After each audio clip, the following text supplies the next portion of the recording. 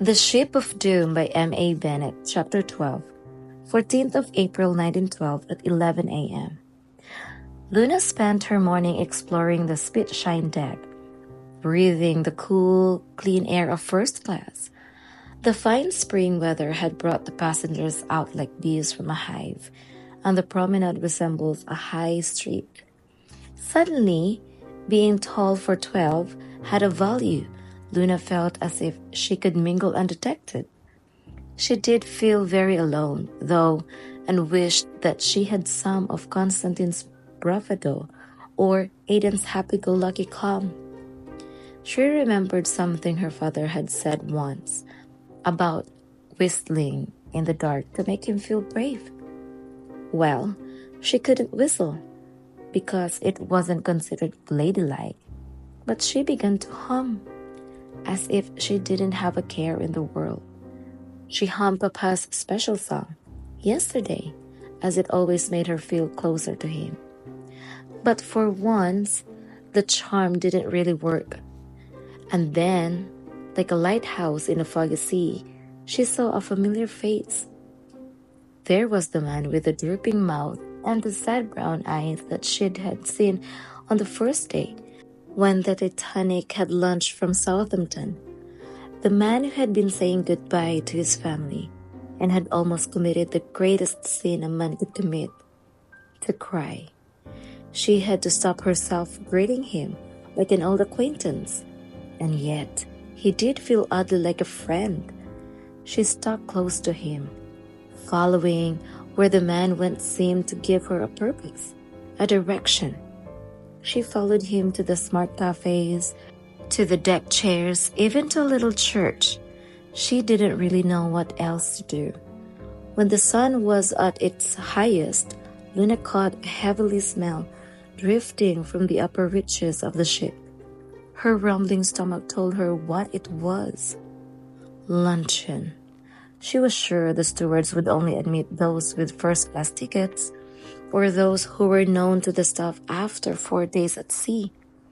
She fell in beside the man she'd been following, in the polite crush with all the other exclusive people heading into the great atrium. If she could only engage in conversation with him as they were walking through the doors, she might just get past the stewards who were watching everyone come in.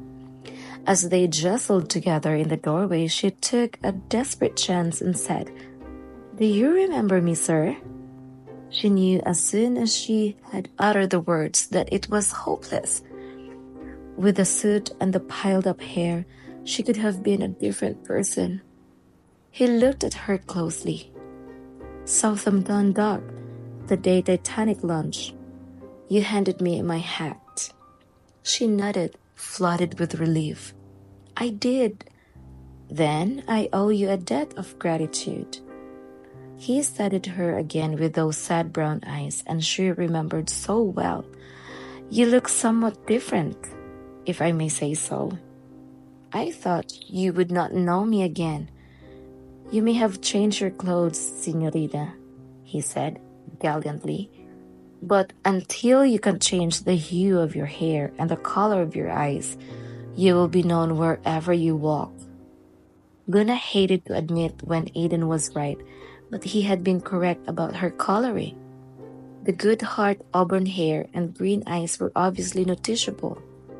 As if to prove the point that very moment, the steward at the door stopped them with a raised, white-gloved hand, and Luna knew the game was up. But the steward actually bowed his head to the little man at her side as if he was royalty. "Signor Marconi, how delightful to see you again. For luncheon?"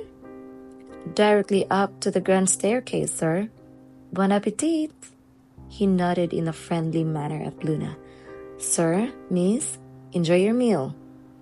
Luna did not even have time to register relief that she'd been allowed through the doors. She walked as if in a dream, head spinning. "Signor Marconi." The time train had done its work. It had placed the time thieves in the very place in the universe where there was not just a wireless radio, but its inventor, Guglielmo Marconi.